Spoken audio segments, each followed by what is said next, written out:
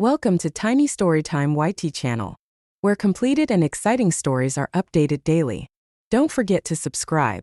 The story begins.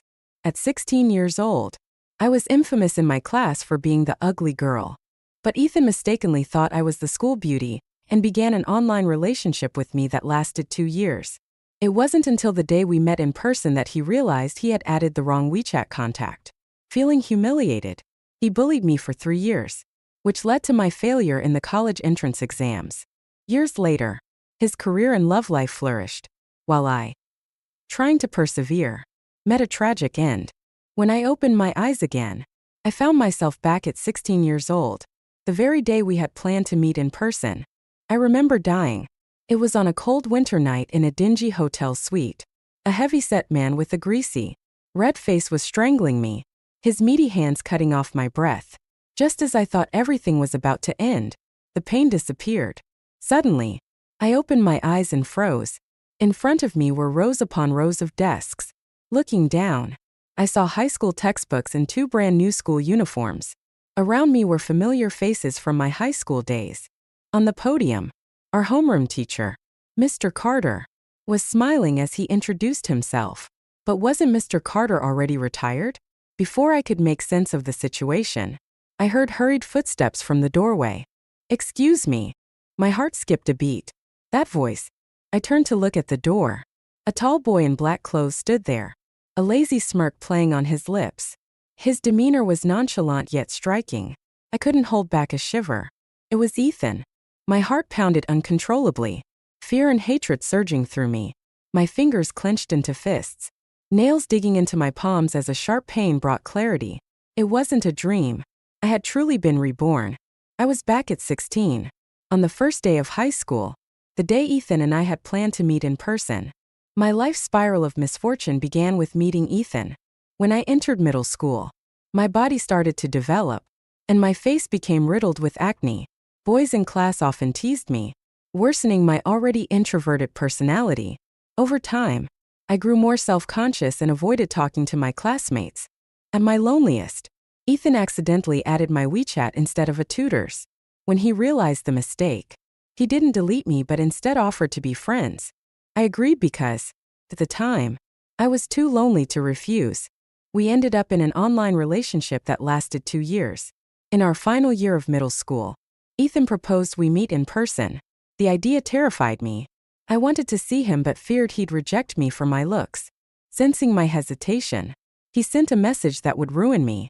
"Lily, I know how wonderful you are. I don't care about your appearance. I like you for who you are." I believed his sweet lies and agreed that we'd meet if we both got into the same high school. In my previous life, we had planned to meet at the amusement park today. He said he wanted to take me on the Ferris wheel, dressed in a white dress I had picked just for this occasion. I went to meet him, heart brimming with joy. But the moment he saw me, his face changed. "You're Lily?" he asked in disbelief, staring at me, smiling nervously. I nodded. "Yes, I'm Lily." His expression darkened. He made a phone call, and within minutes, 3 or 4 rough-looking boys arrived. They were his lackeys. At his command, they dragged me into an alley and beat me mercilessly. Rain began to fall lightly, and my white dress was quickly covered in mud and footprints. Ethan kicked me hard in the stomach. The pain felt as if my insides were tearing apart. Struggling to call his name, I tried to ask why he was doing this, but he cut me off coldly. "Shut up, you filthy bee. You don't deserve to say my name. Someone as ugly as you pretending to be my goddess? Disgusting. Stay the hell away from me." It was then I realized he had indeed added the wrong WeChat contact. The person he had intended to add was Mia, the school beauty he secretly admired. My profile picture and hers were similar, and both of our names contained the character Lily. Leading to the mix-up, what I thought was salvation turned out to be a complete deception. After explaining that he had entered the wrong classroom, Ethan sat down as Mr. Carter waved it off, saying it was only the first day of school. Watching his back, I sank into deep thought. The girl Ethan truly liked was Mia, the celebrated academic star. In my previous life, to chase her, he pretended to be a model student. Over 3 years, He went from being at the bottom of the class to excelling and eventually getting into a top university in New York. Mia was moved by his determination and accepted his confession after the college entrance exams. His turnaround story became the school's inspirational legend. He was even invited back to give motivational speeches, while Ethan basked in applause and flowers. No one noticed the wreckage he left behind in the shadows. I failed my college entrance exams. Ethan saw me as a disgrace and treated me as his punching bag to release stress from his studies. For 3 whole years, he relentlessly bullied me, leaving me so broken that I couldn't even reach the minimum score for the lowest-tier colleges. In the end, I could only enroll in a local vocational school. Without a decent education, I struggled to find my footing in the workforce. To pay off the debts incurred from my father's medical treatments, I sold our house and worked multiple part-time jobs. Just as I was about to clear the debt, I encountered a drunken predator, and my life spiraled into tragedy. Memories of my past flashed through my mind like a movie reel until my phone vibrated in my pocket, snapping me back to reality. It was a message from Ethan. "Lily, what are you wearing today? I can't wait to see you. So excited." Image attached. Looking at the screen, I felt a wave of disgust. This shallow, appearance-obsessed hypocrite had the audacity to claim he didn't care about looks. It made my stomach turn. I didn't want anything to do with Ethan anymore. Without hesitation, I replied, "I'm tired of this. Let's delete each other. There's no need for us to meet." After sending the message, I blocked and deleted him without a second thought. The opening ceremony at school ended shortly after, and I rushed home without delay. As soon as I stepped through the door, a familiar aroma wafted through the air. My dad was in the kitchen, wearing a floral apron and busy preparing lunch. Seeing me, he greeted cheerfully, holding a spatula in hand. "Lily, you're back. I made your favorite spicy chicken. Go wash your hands and get ready to eat." Looking at his back, tears welled up in my eyes. Not wanting him to notice, I hurried to the bathroom to compose myself. When I returned, the dishes were already on the table. I picked up a piece of chicken and put it in my mouth. The familiar taste brought back a flood of memories, and I couldn't stop the tears from falling. Dad noticed and was startled. "What's wrong? Lily, why are you crying? Is it not good?" I quickly shook my head. "No, it's delicious. It's so good that it moved me to tears." In my previous life, my dad had passed away from stomach cancer in my second year of vocational school. I never thought I'd have the chance to eat a meal he cooked again. Hearing my words, Dad sighed in relief. He reached out to pat my head. "If you like it, eat more. You'll need the energy to go out and have fun with your friends later." In middle school, I didn't have any friends and spent my weekends holed up at home. Knowing I was going out with new friends today, Dad seemed genuinely happy for me. Of course, I wasn't going to meet Ethan. To avoid worrying Dad, I didn't explain and left the house after finishing my meal. Even though I had blocked Ethan, I still felt uneasy. This chance at rebirth was too precious to waste. To be extra cautious, I decided to visit the service center and cancel my old phone number. The summer sun was blazing as I left the service center, but I finally felt a sense of relief. At least now Ethan wouldn't be able to contact me anymore. For the next 2 months, Ethan didn't bother me. I thought I had successfully rid myself of him and focused entirely on my studies. But just as I felt secure, a note appeared in my desk drawer one day. The message scrawled on it read, "Don't leave after class. Wait for me." My heart skipped a beat. I wasn't sure if Ethan had written it. To test him, I threw the note into the trash in front of him. Glancing back, I caught a glimpse of him out of the corner of my eye. He didn't seem to react much, so I thought I might have been overthinking it. The next day, however, another note appeared in my drawer. This time, it read, "UB, if you run after class, you're dead." My stomach churned. That phrase, B, was Ethan's favorite insult. I'd heard it from him countless times in my past life. It became clear to me that Ethan was the one leaving the notes. But why? Why was he still harassing me even after I had completely cut ties with him? Refusing to let history repeat itself, I took the note to Mr. Carter, our homeroom teacher. The 3 years of bullying I endured in my past life had been a nightmare I could never forget. I wasn't going to let it happen again. Mr. Carter, with his stern demeanor and black-rimmed glasses, looked at the note and asked if I had any recent conflicts with classmates. I shook my head. No. I've been getting along well with everyone and haven't had any arguments. I received a similar note yesterday but didn't think much of it. But now that it's happened again, I'm scared and felt I had to tell you. Mr. Carter patted my shoulder. You did the right thing. If something happens, always come to the teacher instead of keeping it to yourself. He asked me to return to class and promised to investigate. Relieved, I nodded. As I turned to leave, a small smile tugged at my lips. Mr. Carter was familiar with the handwriting of every student in class. I knew it wouldn't take long for him to uncover the truth. Ethan wanted to play the role of a model student? Fine. I'd make sure the teacher saw exactly who he really was. That afternoon, Mr. Carter called Ethan to the office. When Ethan returned to class, his face was dark with rage, like a storm cloud about to burst. It was obvious he had been reprimanded. Still hot-headed, he slammed into my desk on purpose as he walked past, knocking 2 of my books to the floor. Before I could say anything, my male deskmate spoke up lazily. Ethan, why do you always look like your brain's underdeveloped? Can't even walk straight without hitting a desk. Ethan, already brimming with anger, snapped. Shut up. You cheating dog. Barking already? Want to get expelled that badly? A week ago, we rearranged our seating assignments. And my new deskmate was Nate. He had quite a reputation. During the first mock exam after school started, he was caught cheating by the dean and promptly demoted from the advanced class to the regular one. He now carried a major disciplinary record, and one more strike would mean expulsion. Nate raised an eyebrow and smirked lazily. Who knows? Maybe the school will expel you first. I expected Ethan to retaliate, but to my surprise, he only shot Nate a venomous glare before snapping. I'm not wasting my time arguing with someone like you. Disgusting. Then he turned to me. Lily, just you wait. After throwing out his threat, Ethan stormed off. I was a bit taken aback. Swallowing his anger like that wasn't Ethan's style. Could Nate have something on him? Ethan wasn't planning to let me off easily. But with midterms coming up next week, he was preoccupied with cramming. He was clearly trying to impress Mia with his academic improvement. Meanwhile, I threw myself into my studies as well. But having been away from these high school subjects for so long, I found it incredibly difficult. Other students could memorize 50 vocabulary words a day, while I struggled to barely retain 20. Don't even get me started on math, physics, and chemistry. They gave me a constant headache.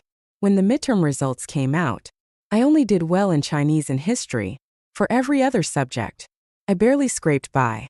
Staring at my test paper, I felt deeply frustrated.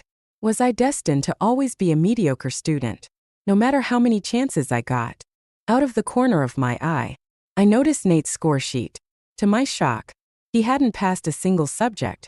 His scores in Chinese, history, and politics were all 0, while his math, physics, and English scores were a laughable 11, 22, and 33 respectively. What on earth are these scores? I blurted out. Nate smirked, his expression tinged with mischief. The multiple choice questions were random guesses. I didn't even bother with the big ones. Then why didn't you at least guess on the Chinese and history papers? He shrugged, rubbing his eyes. Too many words on those papers. I was too lazy to read. Speechless, I turned back to reviewing my mistakes.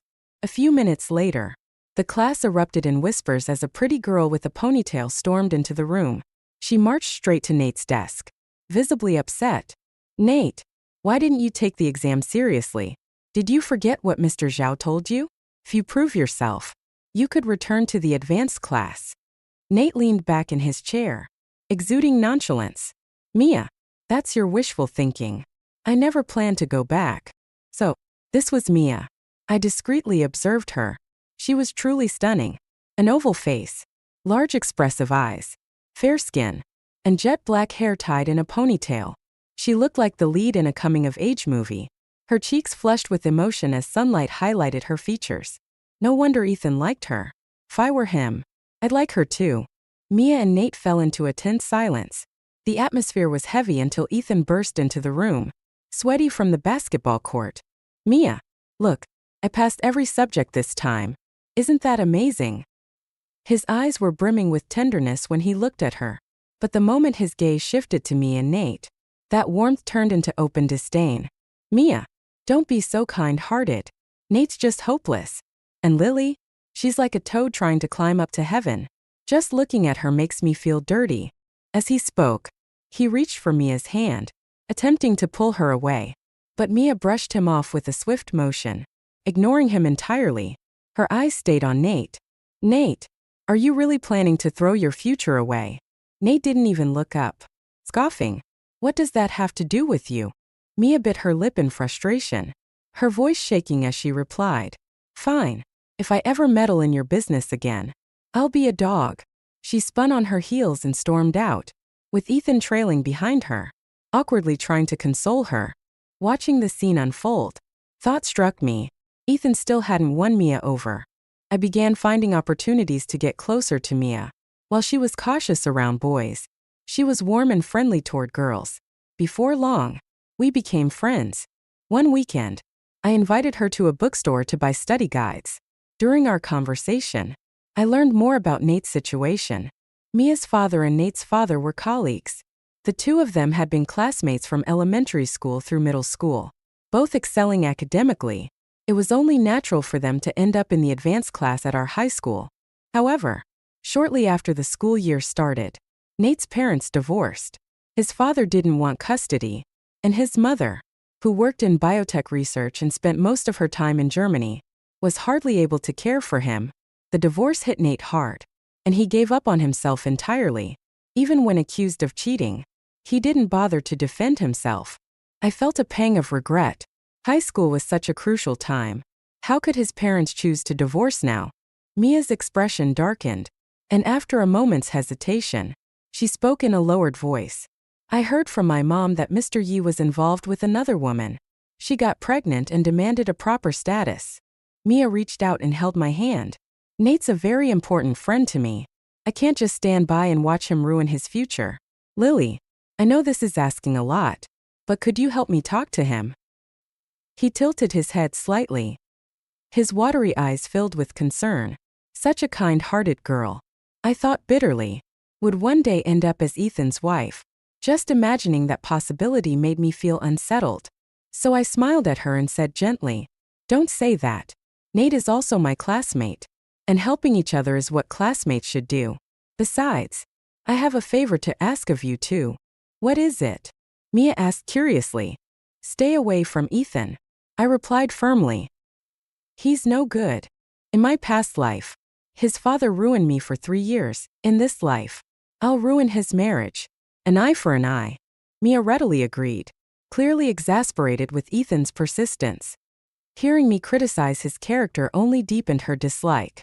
We're supposed to focus on studying at this age, and he's here talking about love like it's some grand thing. Saying he's sincere and will treat me well for life? Yeah, right. I'd rather spend my time solving math problems than deal with his nonsense. Don't worry, I won't give him a second glance. With Mia's assurance, I shifted my focus to building a better relationship with Nate. Since my rebirth, my mind had been consumed with avoiding Ethan and improving my grades. It wasn't until I parted ways with Mia that I remembered something from my past life. In my previous life, Nate and I hadn't been seatmates, but we had crossed paths briefly. During the first mock exams in senior year, Ethan performed poorly and, in his frustration, beat me up and locked me on the rooftop. I cried and screamed for what felt like forever. Just as the dismissal bell rang, a boy opened the door from the inside. It was Nate. He had kept his head down and quietly asked, "Are you okay?"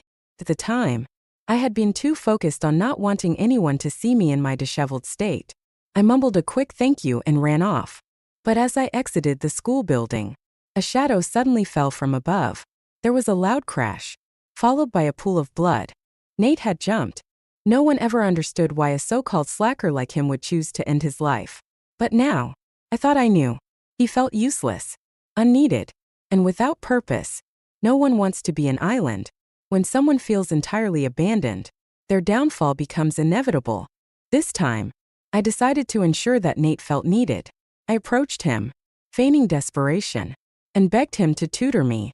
Not only would this help me improve my grades, but it would also bring us closer. Seemed like the perfect plan. Reality, however, was far less cooperative. Despite my best efforts to appeal to his emotions and logic, Nate remained indifferent. Every day, he would close his eyes and sleep in class, as if the school were a hotel. After a week of trying, my patience snapped. I confronted him on his way home. Nate, are you seriously throwing away your entire future for two people who couldn't care less about you? Don't you think that's incredibly foolish? Nate's expression darkened, standing under the dim streetlights. His profile was shadowed and hard to read. Lily, stay out of my business, he said quietly. I could tell he was angry, but I didn't care. If reasoning didn't work, maybe harsh words would. Your parents abandoned you. Yes, but your friends and teachers, they care about you and want to see you succeed.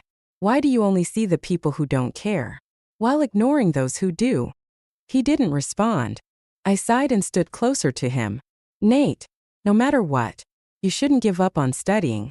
I know about your parents' issues. You used to work so hard because good grades were the only way to make your family sit down together peacefully for a meal. But you've misunderstood something important. We study for ourselves, not for others. Education isn't the only path in life, but it gives us more choices. You already know how it feels to be discarded. Don't you want to hold the power to choose your own future? After that conversation, Nate finally began to change. He reconciled with Mia and even agreed to tutor me. But improving academically is easier said than done. Despite waking up earlier than the birds and sleeping later than the cows, even with a secret genius like Nate by my side, my progress was slow. Looking at my 91 on the math test, I couldn't help but feel disheartened. If I kept improving at this rate, I might get into a decent second-tier university, but aiming for a top-tier school still felt out of reach. Nate, chewing on the end of a pen, tried to console me. Relax. At least you broke 90 this time. That's 80 points higher than me. I glanced over at his paper, where the bold 11 on his math score stood out painfully. Nate, your obsession with low scores is ridiculous, I muttered. He grinned shamelessly. I'm conserving my strength. Just wait until the final exams. I'll blow everyone away. In stark contrast, Ethan was showing dramatic improvement.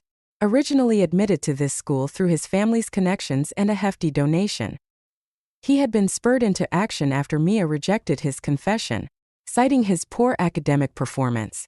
Fueled by his desire to impress her, he was now studying like a man possessed, cramming every hour of the day.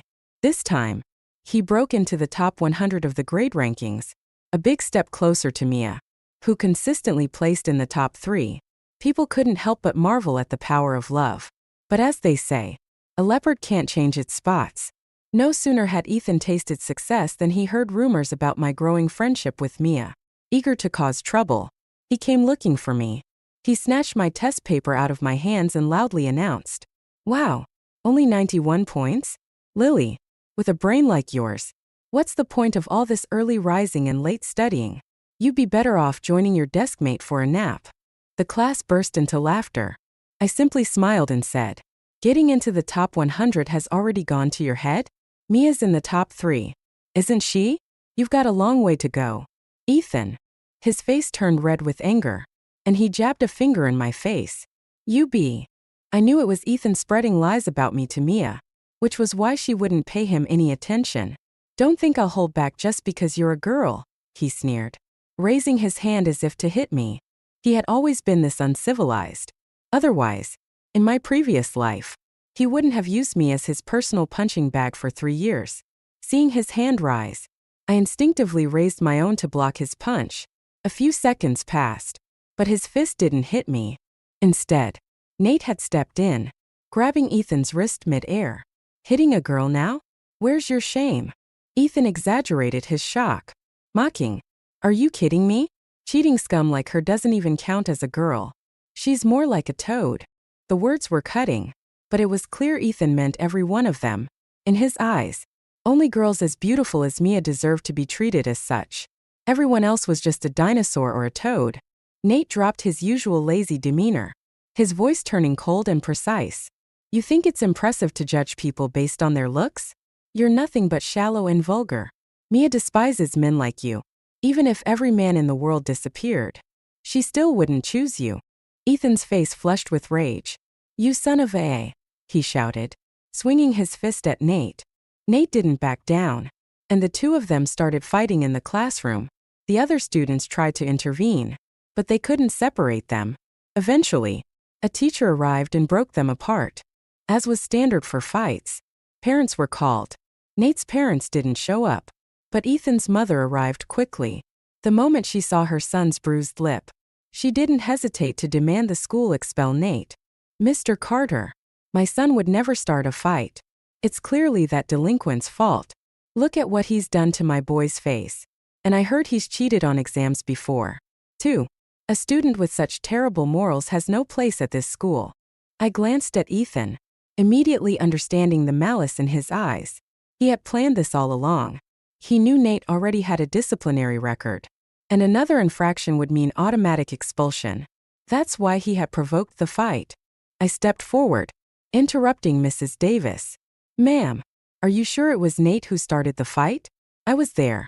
Ethan tried to hit me first, and Nate stepped in to stop him. Ethan immediately shouted, Mom, Mr. Carter, don't listen to Lily's nonsense. She's been flirting with Nate. They're in a relationship.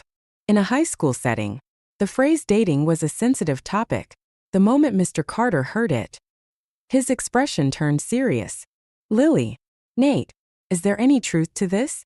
So, you'll both face disciplinary action. I advise you to be honest. Don't risk your futures over this. I kept calm and replied, Mr. Carter, I do bring Nate breakfast sometimes, but it's only to thank him for tutoring me after class. We are not in a relationship.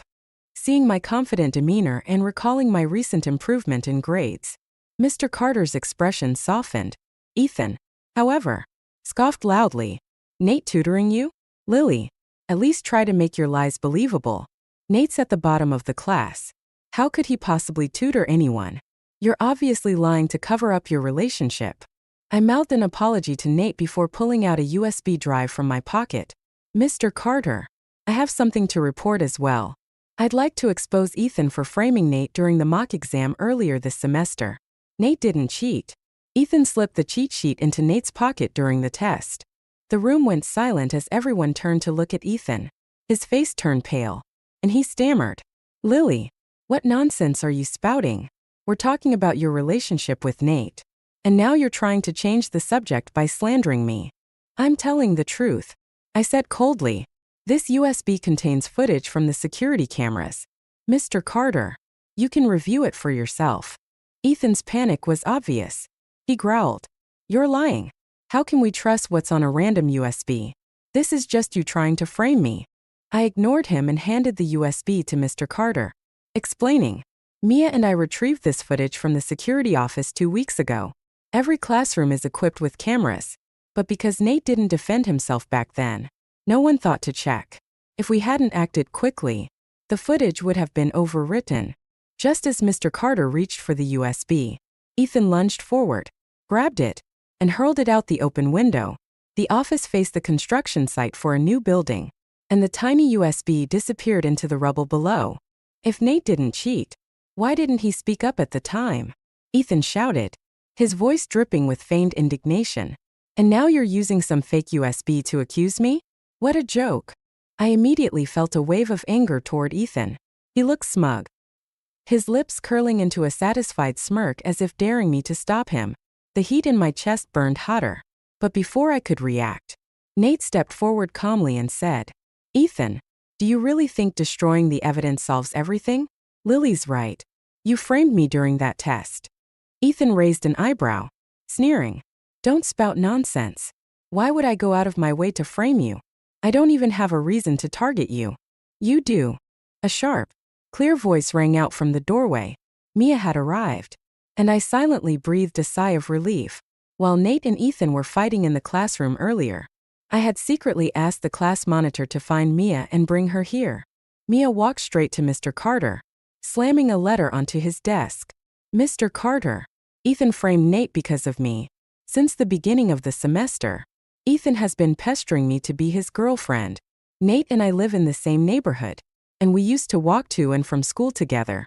Ethan didn't like it, so he framed Nate for cheating during the exam. Ethan, desperate, blurted out, "Mia, don't let Nate fool you. If he didn't cheat, why is he always at the bottom of the class?" Mia shot back without hesitation. "Nate has always been a top student. If the school doesn't believe it, you can give him a test right now to see for yourselves." The room fell into a tense silence. Nate said nothing, but Ethan couldn't hold back. "Fine, let's do it. Let's have a competition. Right here and now. If Nate loses, he and Lily have to voluntarily withdraw from this school. Nate, are you brave enough to take me on?" His confidence was almost laughable. Mr. Carter's expression darkened. "Ethan, this is not your personal playground. You don't have the authority to demand another student leave the school." Nate turned to Mr. Carter and said firmly, "I'm willing to compete with him. I just hope you'll give me the chance to prove myself. And don't worry, I won't ask for Ethan to be expelled if I win." Ethan scoffed, clearly not moved by the gesture. "Spare me the fake kindness. If I lose, I'll transfer schools myself." The math teacher quickly printed 2 copies of the semester's final exam. "You have 60 minutes. Start now." Nate and Ethan each found a seat and began working. The head of the grade personally supervised the test, while the rest of us waited outside the office. I paced nervously up and down the hallway. Mia noticed and tried to reassure me. "Don't worry. Nate has an IQ of 140. He's got this in the bag." I didn't doubt Nate's abilities, but the meaningful look he had given me earlier left me feeling uneasy. After a moment, Mia changed the subject, her tone playful. "By the way, don't tell me you and Nate really are dating. He's been working unusually hard lately." "What? No way." I was startled, waving my hands in denial. "Look around this entire school. Do you honestly think any guy would like me?" "Why not?" Mia countered without hesitation. "You're kind, thoughtful, and sweet. What's not to like?" I froze, her words catching me off guard. In my past life, I had been scorned by classmates and coworkers alike. Somewhere along the way, I had forgotten what it felt like to be recognized or valued. Since my rebirth, I had taken steps to improve myself, exercising more and paying attention to my health. My acne had significantly cleared up, but deep down, I still felt insecure, convinced that I wasn't good enough for anyone to like me. Mia must have sensed my self-doubt. She smiled warmly and held my hand. "Lily, I know it's easy for me to say, but you need to have more confidence in yourself. You're not inferior to anyone. If someone judges you solely based on your appearance, it doesn't mean you're worthless. It just means they're shallow." Her sincerity made my chest ache, and I quickly looked away to avoid her gaze. An hour later, Nate and Ethan emerged from the office. The tests were graded on the spot. Ethan had scored an impressive 129, but Nate, unsurprisingly, had earned a perfect score. When the head of the grade announced the results, Ethan's legs gave out, and he collapsed to the floor. Nate smiled faintly at him. "Sorry, I didn't realize you were this bad. If I'd known, I would have left some points unanswered to give you a chance. So, have you decided which school you'll transfer to?" Ethan's mother couldn't stay silent any longer. She jumped to his defense. "They're just kids. This was clearly a petty rivalry. How can we take it seriously?" Mia, unable to stand her hypocrisy, spoke up. "Ma'am, people need to keep their word. If you didn't agree with Ethan's challenge, why didn't you stop him from the start?" Ethan's mother knew she was in the wrong but wasn't about to back down. After all, this was the best high school in the city. Students from other schools would bend over backward to transfer in. No parent would willingly pull their child out. Mia wasn't done. Her voice sharpened as she turned to Ethan's mother. "I haven't even confronted you about the other things yet." Ethan's mother turned her anger on Mia, her voice sharp and biting. "Oh, so now you're accusing my son? There are so many girls in this school. Why would he write a love letter to you? You must have been the one seducing him first, right? You little troublemaker. With that fox-like face. Always thinking about how to hook boys. Let me warn you. Stay out of this, or I'll have the school call your parents." Mia, still just a teenage girl, was immediately overwhelmed. Tears welled up in her eyes, and she started crying. Mr. Carter quickly stepped in, pulling Mia behind him. "Mrs. Davis, You're a woman yourself. How can you say such things to a girl? And speaking of academics, Mia has consistently ranked in the top 10 of her grade. She may not be the best, but she's certainly no worse than your son. Instead of calming her, Mr. Carter's words only made Ethan's mother more furious. How dare you speak to me like that? I could file a complaint with the school board against you. Her arrogant tone filled the room as she hurled insults at everyone, finally leaving with Ethan in tow. As they passed me, Ethan gave me a long, malicious look. The darkness in his eyes sent a chill down my spine. Mr. Carter assured us that the school would handle the matter and urged us to focus on our studies. As we left the building, Mia's face was still clouded with worry. I'm not sure how the teachers will handle this, but I doubt Ethan and his family will let it go so easily. Nate, however, was emotionless as he stared at me. Lily, don't you have something to say about today's events? From the beginning, you've deliberately approached both Mia and me. What are you hiding? Dark clouds gathered overhead, blocking out the sun. Mia looked at Nate in confusion. What's wrong with you? Why are you acting crazy all of a sudden? Nate didn't answer, his piercing gaze fixed on me. I took a deep breath and began to speak, recounting everything about my past relationship with Ethan. You're right. I did approach you two with a purpose. I used you, and I'm sorry, but I don't regret it. Ethan is like a rabid dog. The more you give in, the more he takes. I was reborn to fix the mistakes of my past life and live differently. I refuse to be his punching bag again. That's why I have to fight back. I looked at both of them and said softly, after today, you probably won't want anything to do with me. I'll request a seat change tomorrow. Mia suddenly planted her hands on her hips and shouted, Are you kidding me? Lily? Sure. I'm mad, but not because you kept things from me. I'm mad that, as your friend, I didn't help you when you were scared and worried. You're like a turtle, always bottling everything up. Then she turned to Nate, cutting him off before he could speak. And you, Nate, Lily may have kept things from us, but it was for a reason. Whatever her intentions were, the fact is that she warned me about Ethan and cleared your name. We've both benefited because of her. Nate started to protest, but I never asked for her help. Mia didn't let him finish. Oh, shut it. Instead of sulking, how about studying harder for a change? Stop trying to act like the protagonist of some web novel and grow up. If you have time to sulk, you have time to practice math problems. Her outburst lightened the tense atmosphere, and I hesitantly asked, So, you're still willing to be friends with me? Of course. Mia said firmly. Nate, after a pause, mumbled a quiet, Yeah. The golden glow of the setting sun reflected in his clear eyes as he added, But as friends, we're supposed to share our burdens. From now on, no more secrets between us. Ethan's revenge came swiftly. A few days later, my dad's breakfast shop was vandalized. After losing his job, my dad had used his severance pay to open a small shop, relying on it to support the two of us after my mom left. For over a decade, that shop had been our lifeline. But now, it was in ruins. The shutters were covered in graffiti with vile insults sprayed in red paint, and the interior was trashed. The surveillance cameras outside had been deliberately destroyed, leaving no clues. The next morning, on my way to school, I ran into Ethan. He lowered his voice and smirked. Did you like the little gift I sent you? If you're smart, you'll stop opposing me. Otherwise, next time, it won't just be your dad's shop.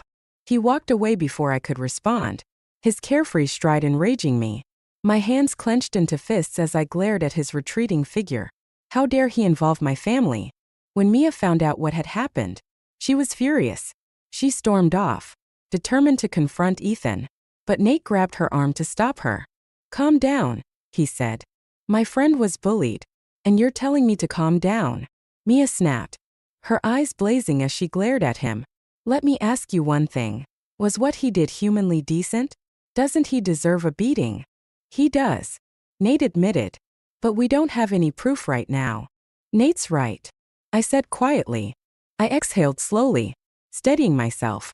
I already had a plan in mind, but I needed their help. The next day after school, I approached Ethan, putting on a submissive act. Ethan, can I talk to you for a moment? It won't take long. I promise.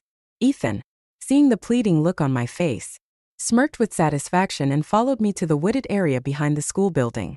As soon as we arrived, I dropped to my knees with a loud thud. Ethan, please stop sending people to wreck my dad's shop. I was wrong. I shouldn't have gone against you. I'll never do it again. Please. I'm begging you. Leave my dad alone. Ethan looked at me, momentarily puzzled. He had orchestrated the initial attack on the shop but hadn't sent anyone after that. Still, the sight of me groveling filled him with glee. He raised his eyebrows and sneered. Lily, you really are pathetic. You only know how to behave after I put you in your place. If you'd acted like this sooner, I wouldn't have had to mess with your dad's shop. I kept my head low, my voice trembling. It's my fault. I didn't know better and made you angry. I'm so sorry. Ethan, please forgive me. Be the bigger person. Ethan pressed his foot against my shoulder, laughing coldly. If you're begging, at least do it properly. Show some sincerity.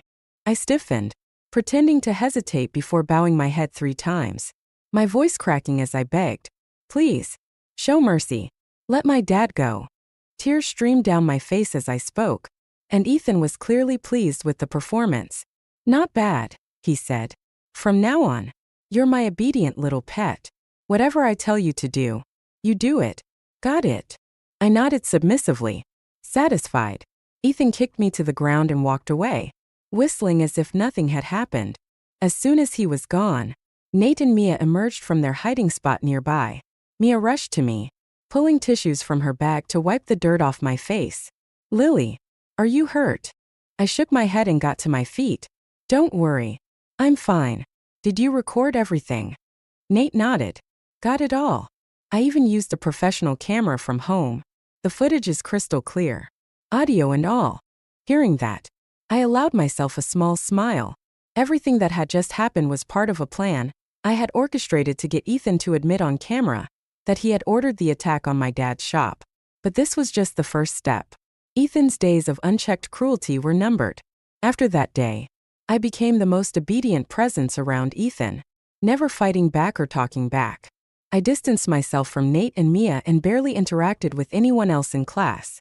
This charade lasted for about 2 weeks until Ethan's birthday. We were in the middle of class when the dean suddenly came in and called Ethan to the office. Minutes later, Mr. Carter arrived and asked me to come to the office as well. Lily, Mr. Carter began, his tone concerned. You've seemed distracted in class lately. Are you feeling unwell? I shook my head, instinctively hiding my hands behind my back.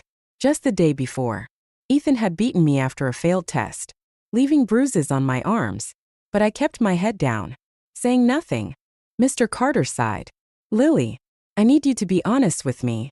Last night, the school board received an anonymous email with a video of Ethan bullying you. The district is taking this very seriously. If you've been hurt, we need you to speak up. I bit my lip, pretending to hesitate. I already knew about the email. It was my doing. The file included footage of Ethan harassing me in the woods, as well as videos of him fighting off campus, partying in bars, and evidence of his parents frequenting high-end establishments, all captured thanks to my memories of past events. But the time wasn't right yet. I had to bide my time. I whispered, Mr. Carter, you don't need to lie to me. It doesn't matter if I speak up. Ethan's father works for the district. Even if someone reports him, it'll just get swept under the rug.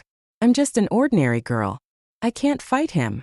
Mr. Carter frowned, standing up and taking hold of my arm. I winced in pain, unable to stifle a small cry. His expression darkened as he rolled up my sleeve, revealing the bruises. What happened here? His voice was sharp with anger. Did Ethan do this? When did it happen? Under his relentless questioning and reassurances, I finally admitted to being bullied by Ethan. Furious, Mr. Carter took me to the hospital to document my injuries and reported the incident to the school and relevant authorities. With concrete evidence in hand, the school quickly expelled Ethan.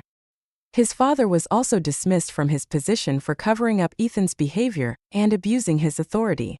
When Ethan's mother came to the school to handle the withdrawal paperwork, she was a shadow of her former arrogant self. She passed me and Mia in the hallway without a single harsh word. Mia, still processing everything, turned to me wide-eyed. Lily, am I dreaming? Is this really the same woman who swore she'd make us suffer? His transformation was shocking, but it wasn't entirely unexpected. Ethan and his accomplices had only been so brazen because they relied on his father's influence as their safety net. Now that his father had been fired, their arrogance crumbled along with their support. From what Mr. Carter told us, no school was willing to accept Ethan anymore. He had no choice but to return to his hometown to continue his studies. All my patience and endurance had paid off. I had finally rid myself of Ethan for good. I didn't expect Ethan to resurface and cause trouble again. During the college entrance exams, Nate was assigned to a different testing center, while Mia and I were at the same one. After completing our final exam, Mia and I planned to walk home together. As we stepped out of the school gates, Ethan suddenly emerged from the crowd and grabbed Mia's wrist. "Mia, come home with me," he said, his tone bordering on desperation. Mia jerked her hand away with all her strength. "Are you crazy? We're not even close. Why would I go anywhere with you?" Ethan's face twisted with madness, and a cold shiver ran down my spine. I couldn't help but wonder, had Ethan also been reborn? My suspicion was confirmed moments later when Ethan stepped closer to Mia, his voice chilling. "Of course. We're close. Mia, don't you remember? We got married. You're my wife. Let's go home." Though he smiled, his eyes were icy. My body reacted faster than my mind. I shoved him hard, forcing him to stumble back a few steps. Ethan glared at me with a venomous intensity. "I almost forgot about you. You meddlesome bee. If it weren't for you, Mia would already be mine. Everything I've lost is because of you. Let's settle this once and for all." He pulled a folding knife from his pocket. Panic surged through me, and I grabbed Mia's hand, pulling her with me as we ran back toward the school. Ethan gave chase, his footsteps pounding behind us. Mia and I narrowly escaped Ethan's attack. Police officers stationed at the exam center intervened and apprehended him before he could reach us. Ethan was taken into custody, and Mia and I were brought to the station to give our statements. When we emerged from the station, my dad and Mia's parents were waiting anxiously for us. Nate had also rushed over after hearing the news. "What happened? Are you hurt?" Nate asked, his voice filled with concern. I chose not to reveal Ethan's rebirth, explaining only that he likely held a grudge and sought revenge. For the next week, I was on edge, constantly worrying about Ethan being released and coming after us again. But what I didn't expect was for Ethan to meet his end before he could act. After my report, Ethan's father had become unemployed and spent his days drinking heavily. When drunk, he often turned violent. On the day Ethan was released from the station, his father started another fight, this time with fatal consequences. Father and son ended up killing each other in the brawl. Ethan's mother survived but was left permanently disabled. A day later, Mia invited me out for lunch. Over our meal, she shared a strange dream she had the night before. In the dream, I was with Ethan. She began hesitantly. We were married, but a year later, I found out that back in high school, Ethan had framed Nate for cheating. I confronted him, and we had a massive argument. I couldn't forgive myself, nor could I stay with someone who had hurt my friend. I asked for a divorce, but Ethan became enraged and hit me. After that, he completely changed. He imprisoned me, cut me off from the outside world, and treated me like his possession. When I tried to escape, he caught me, and in the struggle, I killed him. Mia's voice trembled as she finished. Her words left me in stunned silence. I realized this might not have been just a dream. It could very well have been Mia's reality in her previous life. Ethan's destruction hadn't been limited to just me. Gripping her hand tightly, I said earnestly, "Mia, dreams are often the opposite of reality. You'll have a bright future. Don't waste your energy thinking about someone like him. He's not worth it." Mia smiled, nodding. "I know. I'm not dwelling on it. I just thought it was such a ridiculous dream. I had to share it with you. You're so sensitive sometimes." Lily. About 20 days later, the college entrance exam results were released. The three of us had all been accepted to our desired universities. Mia and I chose schools in the South, while Nate opted for one in the North. The future was uncertain, but I felt no fear. Just as the sun always breaks through after the rain, we, having weathered our storms, would surely grow into the people we aspire to be.